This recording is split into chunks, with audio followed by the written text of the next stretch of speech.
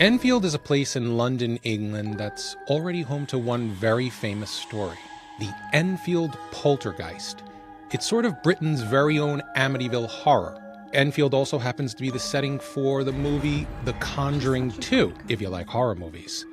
But another more recent event to come out of that area was a much deadlier affair. In August 2016, 26-year-old Kennedy Ife was believed by his parents and his brothers to be possessed by evil spirits, so they set about curing him with an exorcism.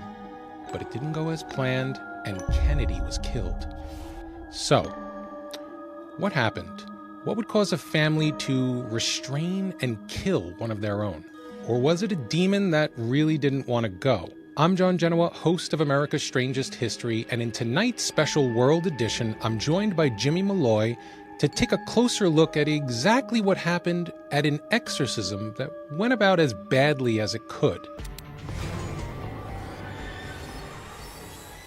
Hey Jimmy, so before we begin, it's worth saying that stories of demonic possession are pretty much as old as time itself. But equally in this modern world, exorcisms themselves are pretty rare. So what can you start off telling us about this case? Hey, John. Yeah, you're right. This is quite the story coming out this week that we have. You're right. Stories of demons and exorcism and all of that go back even before recorded history, just oral histories and things of that nature. They've been around forever. So it starts about 2 weeks earlier than the actual killing itself, when an IT consultant, who you named as Kennedy, he fell ill, as routinely and as innocuous as that. He complained about a pain in his throat, difficulty sleeping, all things that we can relate to. Seemingly nothing too crazy right off the bat. So was it like a cold or something? Yeah, again, a normal, common occurrence in everyday life that all of us have experienced. He woke up feeling a little under the weather.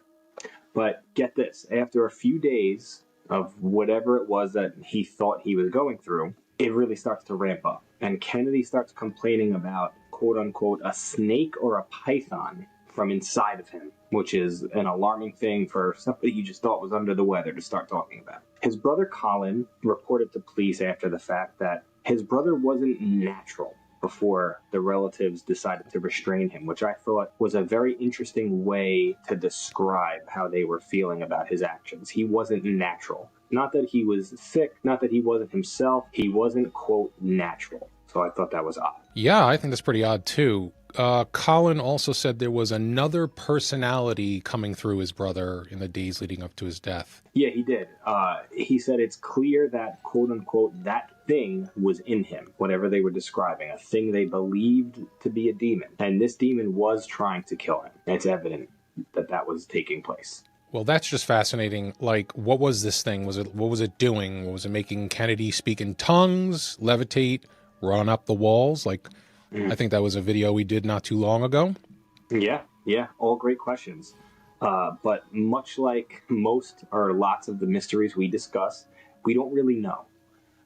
Colin went on to report that, quote, we had to restrain him from himself, because if they didn't, he could have tried to harm people, harm his family, harm himself, harm anybody else in the room. But basically what we do know is that on August 19th, Kennedy became so aggressive. Now remember, this is somebody who was just reporting normal symptoms of a cold or a minor sickness. But on that day, he became so aggressive that he bit his father and threatened, follow me here, threatened to cut off his own penis. The father, who's now gone to Nigeria, where he originally came from after these events, was found with a bite injury to his shoulder. And 4 of Kennedy's brothers also had minor injuries after these events took place. So we have a lot going on in this small amount of time, from him reporting to being sick to the evidence of the unnatural. Can we just talk about this whole cutting off of his penis? I want to get that out of the way, because this seems to be like the worst kind of circumcision. What are we talking about here with the penis cutting?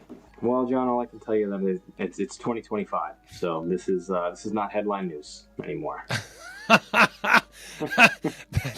That's actually very true. So we don't know what was going through his head at the time, natural or unnatural. It sounds to me, all joking aside, that this guy, he's talking about self-mutilation. right? Essentially, it boils down to, Right. or at least he's Right, threatening that. which is seen, you know better than anybody with your study of this stuff, which is seen over and over and over again in biblical texts. I mean, that's all over the place. So that matches what the description is of what was going on here by the family. So he could be he could have been restrained, you know, as they said for their safety, but you know, for his safety and for their safety. It sounds Absolutely. like, you know, if he's acting up, acting aggressively, or as I say, his personality had changed, right?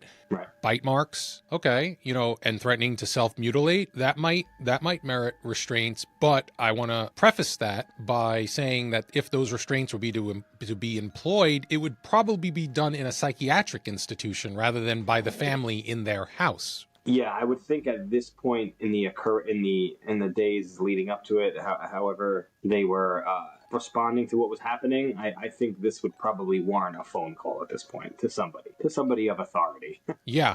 As opposed to, well, let's tie him down and see what happens. Maybe he'll get better. I think bite marks and self-mutilation warrant a phone call. Have you ever been in a situation where you got a call for a mental health issue? Oh yeah, lots of times. Yeah. I've done a lot of details, bringing people back and forth from mental institutions, transports, and things of that nature as well. It's a very unique and specialized type of case, and to interact with and effectively deal with those people for their safety and yours. I don't mean just deal with those people. I mean for their safety and well-being. You have to know what you're doing. You can't just walk into that blind. Yep. And certainly just restraining them to a bed is not exactly the first step I would take. But although, as a person who's worked in a psychiatric hospital, I'll tell you, yeah, you know better than anybody.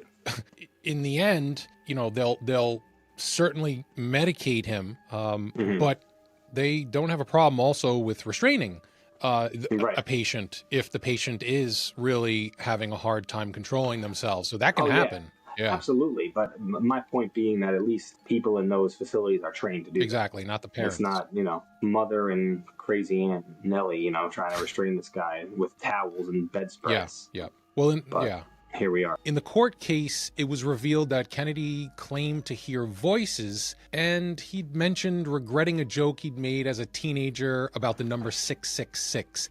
And here's another point I found interesting. Colin, the brother, said Kennedy would improve sometimes when the family prayed for him. Okay, but that at certain times during the night, like for instance, a full moon, things would just click. And, you know, his behavior would then become more erratic and he'd become less rational. Exactly. Maybe we're talking about a werewolf here. I mean, if while we're in the unnatural, I mean, that could be an indicator. But something else that's important to point out, I think, and answer some of our questions that we just discussed about alerting the authorities or calling somebody. What we need to know about this family is that they held deeply, deeply charismatic Christian beliefs. They were highly connected with the Jesus Sanctuary Ministries in Southeast London. They were already heavily steeped in magical, metaphysical, otherworldly thinking and beliefs. So this would answer the question directly of why they didn't call anybody and chose to address this themselves. If anybody in their family would start to exhibit behavior like this or strange behavior, they're automatically off the bat just going to assume it's something satanic or relating to, you know, anti-Christ, anti-Christian beliefs or practices, I should say. And this is something that, I mean, at least in my world, in police work, this is tunnel vision.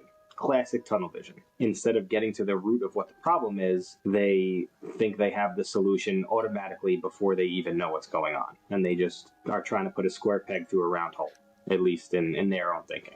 We call that engaging in self-help, right? Well, sure. Yeah. Well, I will point out, who's to say it wasn't demons, right? So, No, absolutely. Right? I mean, anything's possible. So let's talk about the family so we know who we're dealing with. There's the father, and I'm going to point out he's a wealthy business consultant, Dr. Kenneth Ife. He was 64. This guy, he had a PhD in mineral engineering, and he had the opportunity to meet the Queen of England on numerous occasions. Wow. Right? So this guy's pretty serious, right?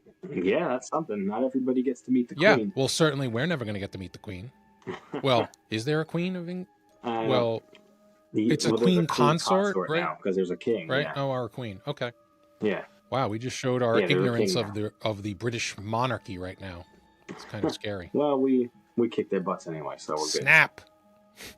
There's the wife, Josephine. She went by Sister Joe, very religious. She was 56. Mm-hmm. They had 5 sons: Colin, 26, Harry, 32, Roy, 33, and twins Daniel and Samuel. They were both 20 years old. Yeah, and didn't I see in there that they lived in a 7-bedroom mansion?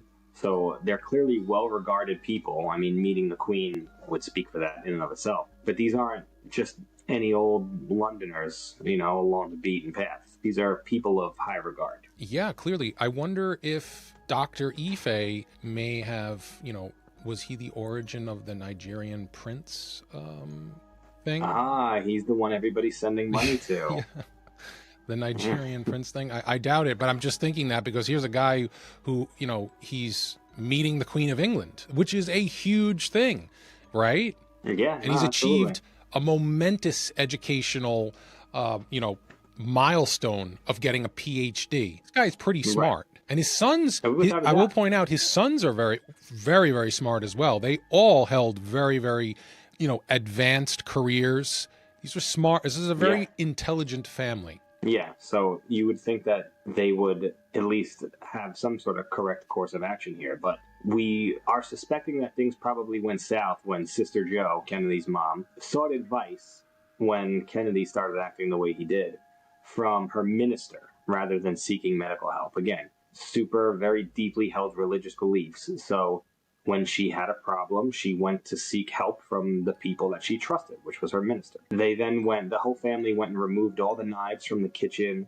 And when Kennedy started to get super aggressive and actually tried to get into his mother's bedroom violently, is when they had to restrain him. They thought that they knew better than any of the modern techniques available. So this is where we see that split from what you and I would consider the proper course of action or alerting someone of authority on this subject to them going the route of their religious techniques that they thought would supersede anything else in modern medicine. So, based on all that, it sounds like things were getting pretty violent. Yeah, that's what it seems like at this point when they decided to take that course of action. It's when he got to that violent stage that the family basically said, enough of this. We have to protect him. And I think that's where some of the misconstrued ideas that we have about the way they went come about. They were aiming to protect him. So I guess they thought that with their religious background, it was their duty to do that instead of alert anybody else, because they probably thought he would be shipped away somewhere, maybe harmed. So, so let's talk a little bit about how that went. Are they trying to protect him? Because as we know, Kennedy would ultimately wind up dead. Right, and the most ironic twist of fate, them trying to protect him ends up with him dead. But here's where it gets tricky. So on August 22nd, Harry Ife, Kennedy's older brother, actually called 911, or as they have in the UK, 999, to tell them that Kennedy's complaining of dehydration. Okay, he obviously didn't die from dehydration. They said he'd gotten very agitated and developed breathing difficulties. So the family set about to attempt to cure Kennedy through restraint and prayer for 3 days. Wow. Big question mark there. He's having physical symptoms of illness, and they sought to just restrain him in prayer for 3 days. Literally 67 hours, where, according to the police report, he was treated like an animal or a prisoner or a detainee. Just restrained, and that's about it. So when the paramedics arrive, they're told that Kennedy is behaving abnormally, but despite them trying to resuscitate him, he was pronounced dead at 10:17 that morning. So that's the most, I guess, kind of broadest way we can look at this case from a police report view, from keeping all the religious stuff out of it, which is what a police report's going to do. We're looking at it from the broadest sky-high sense. He complains of certain physical ailments. They restrain him in prayer for 3 days. Paramedics come. He's pronounced dead. I noticed that when the paramedics came, they had indicated in their report that he was restrained and that the family was all around him kind of chanting and doing some sort of what they believe to be a restorative ritual. right? That's what they believed Right. it was. They were trying to bring him back to life through some sort of ritual. Yeah. So that begs the question, what killed him? Yeah, well, like I said before, it certainly wasn't dehydration or a cold. According to the prosecution in the case, there were over 60 injuries on Kennedy's body, including possible bite marks, which we saw earlier in this case. But I think that is the crux of what this case rests on. Whether the decision between wading through all of this information and the decision between what actually killed this man. Was it something unnatural, something demonic, something strange, to steal our headline? Or was it the family's reaction to that actually killed him? The dehydration, the starving, all of that stuff. Did they actually kill him in their reaction, or are we talking about something metaphysical here? Yeah. But yeah, so, I mean, multiple injuries, over 60 injuries, and bite marks on his body. So very strange thing to walk into as a paramedic. I'd like to have a forensic analysis of the bite marks. You know, for instance, do they match the father's, the brother's, or were they self-inflicted bite marks, for instance, right? Right, yeah. I don't think we'll know that. I mean, they certainly had all the bite marks in common, who we saw earlier in this case, but I don't think we're ever going to know who actually bit him. Yeah. Whether it was himself or, like you said, somebody else. Why somebody else would bite the person who's reportedly trying to bite other people by way of a demon, I don't know. But I don't know a lot about what's going on in this. I can't explain a lot about what's going on in this case, so I guess stranger things. It seems inconsistent if the father or the brothers or even the mother were to bite him. Seems a little inconsistent. I saw that the brothers at one point found Kennedy kind of sleepwalking. He was just standing in his boxers in the hallway with his hands in his pants, kind of just muttering to himself. So certainly displaying, certain kinds of alarming behavior. Not necessarily, at least to me, indicating demonic at this point. I mean, he did mention something about 666, which certainly goes to the book of Revelation, and, talking about the devil. But he's not displaying any of the key signs like knowledge of the unknown, for instance, right? Right, speaking in tongues, speaking in different languages. Yeah, I don't know. We don't know. We know he was talking, muttering. That's all we know. But he certainly wasn't displaying any type of superhuman strength. Although that wasn't reported, we don't know. Now, Roy Ife, one of the brothers, said Kennedy's action, it was kind of shocking to hear. But they didn't want to consider calling for professional help because it was a domestic issue. They wanted to kind of keep it in-house. Yeah, exactly. And that's the crux of what a lot of this case rests on. Like I said, their decision or indecision to call anybody else.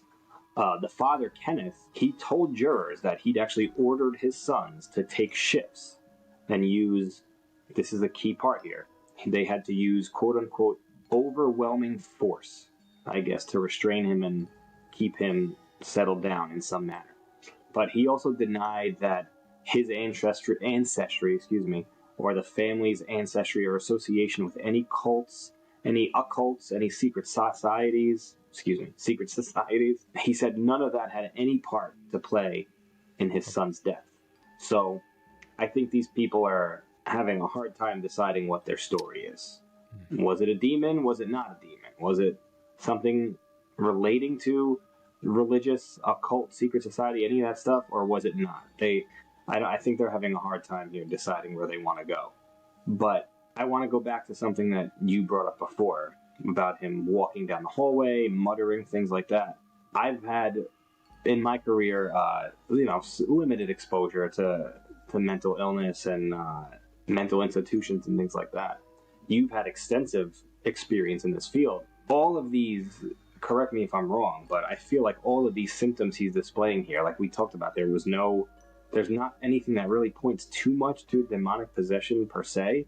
All of these things seem like textbook mental illness, symptoms of mental illness. I mean, self-harm, muttering, wandering around, even having his hand in his pants. I mean, these are all things that I've seen in my career people with having mental episodes have displayed. I mean, I don't know how that speaks to you. Well, I'll tell you my thoughts on that.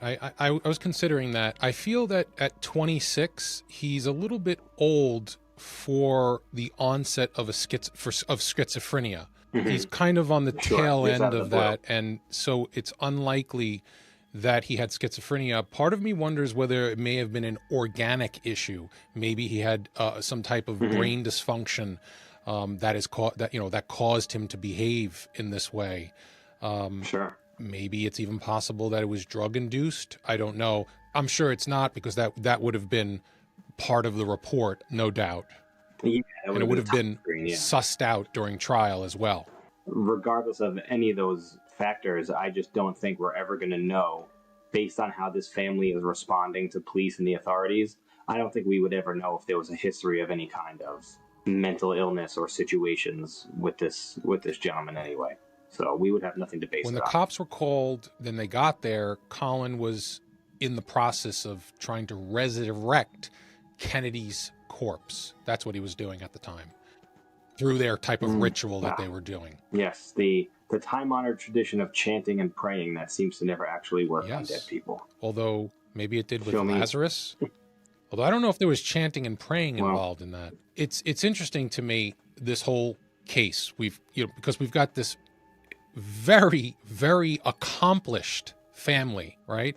The sons, all generations here, and the elders, the parents. And I guess I can attribute this potentially to a radical religious belief, right?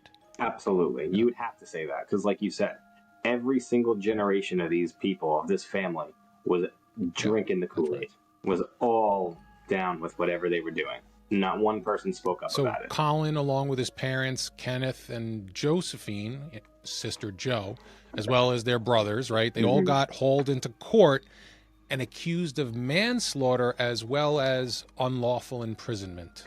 Right, but of course they denied every single aspect that they were charged with, which, like you said, wasn't just manslaughter. False imprisonment, allowing the death of a vulnerable adult, which I guess is some attempt to say that they should have intervened on behalf of their son, that they actually let him die. So they denied all of it and then claimed no responsibility. Yeah, because there's a special relationship when you're a parent to a child and you have an elevated duty. Yep. Yeah, your duty is elevated, as opposed to, as horrible as it sounds, if you see somebody on the street that's in distress, you don't have to do anything. Right? You don't have to, you could just walk past them. But if you're a parent, you have a special duty to act in their best interest, and they clearly violated that.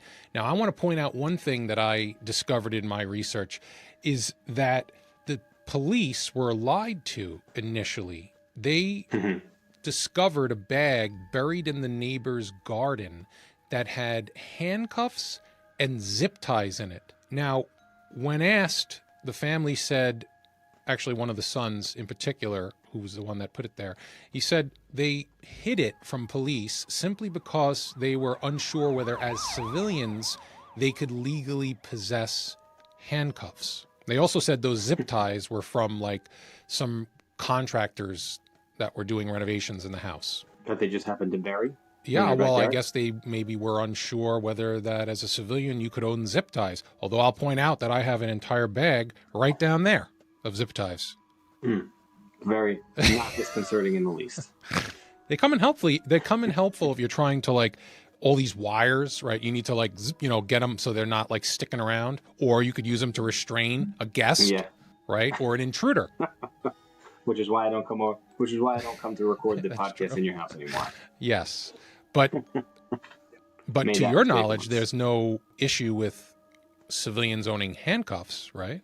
No, not at all. You can walk into most sex shops, right? You can walk into a sex shop and get one or two. Most of those have easy releases, but you could buy a standard set of handcuffs on Amazon. Okay. So can I get a police set of handcuffs if I wanted? Yeah, I mean, I can get a real set of handcuffs, bona fide handcuffs. All right. Yeah. So we'll never know whether they were telling the truth or not, but the prosecutor told the court Kennedy died because his own family decided that he should be restrained. That's the premise of their case. He said they allegedly used cable ties, rope, and handcuffs, right? It seems a bit excessive for one person, but... Well, I would say if it's anything like the movie The Exorcist, I might take the position that's not enough. But that's Right, Hollywood, and this is real life, right? So it was up to the court to decide if it was a form of exorcism or not. The prosecution said that the family, and I'll have to read this, I quote, put misguided religious beliefs about this young man being possessed by a demon or evil spirits before the obvious common sense conclusion that he needed help and he did not need to be restrained. I want to point one thing out that they have in England as a bona fide defense that you can use in a criminal proceeding as your defense is demonic possession, right? Like one of the defenses, an affirmative defense here in the United States that they also have in England, you could say I'm pleading insanity, right? I was insane. But they also now in Britain have the defense of demonic possession. So, I'm glad you said that, because I was going to question, what does it matter? Because the way that the court said that, what you just said, it was up to the court to decide if it was a form of exorcism or not. I immediately just think to myself, what does it matter? They still caused the death of another human being. Yeah. What are we talking about here? Why does that even matter? But now I'm glad you said that. But amazingly enough, the court, they did decide, and they found them all not guilty. I didn't expect it to go that way, but that means not guilty for all seven, not guilty on the manslaughter and the false imprisonment. Right. That's an acquittal. Yeah, that is an acquittal. I don't think anyone expected it to go that way. Well, but I will say, if the court is making the decision whether or not their defense is valid, right? So whether or not, not deciding guilt or innocence, that's the jury, right? But if the court is deciding whether or not to allow the defense of demonic possession, they certainly presented enough evidence to support that position and ultimately persuade the jury, right? Yeah, they would. Yeah, right. If that is, and you're saying, I'm not questioning what you said. Clearly it is. That being a bona fide physical thing you can point to in the law, that is a actual affirmable defense, that makes the whole case right there. Because like you said, all they have to do is affirm that defense and just abide by the law of providing and stating that defense. And as long as they meet that burden of proof, or that threshold to affirm that defense, what is a jury going to say? A jury has to make a decision on this case, not based in emotion, not based in anything other than the application of the law. So I guess they met their burden. Yeah. As shockingly yes, as it is. absolutely. I mean, I would be curious to take a little statistical reading of how many, criminal cases, the defendant has been acquitted on based on a affirmative defense of demonic possession. That I would be curious, especially considering that they're allowing it as a defense. Or what it took. I'd like to know how long that defense has been on the books, because I would like to know what it took to actually have someone get that law put on the books, from before it was there to then it being put on the books. What case warranted somebody standing up and saying, no, we need to codify this as a defense? That's a very good point. It could have been a specific case. It could have been also tradition, possibly, right? It could have been tradition in England, maybe, as far as a legal tradition, I should say. I would agree, But we can't know, right? And of course, there's always the possibility that it's the demon, right? That's right. Of course. Well, all right, that about wraps it up for this story. For more, subscribe to America's Strangest History, where we drop new episodes every week. And I'll be back with Jimmy soon for another look into more of the strangest, weirdest stuff that we can get our hands on. So see you soon.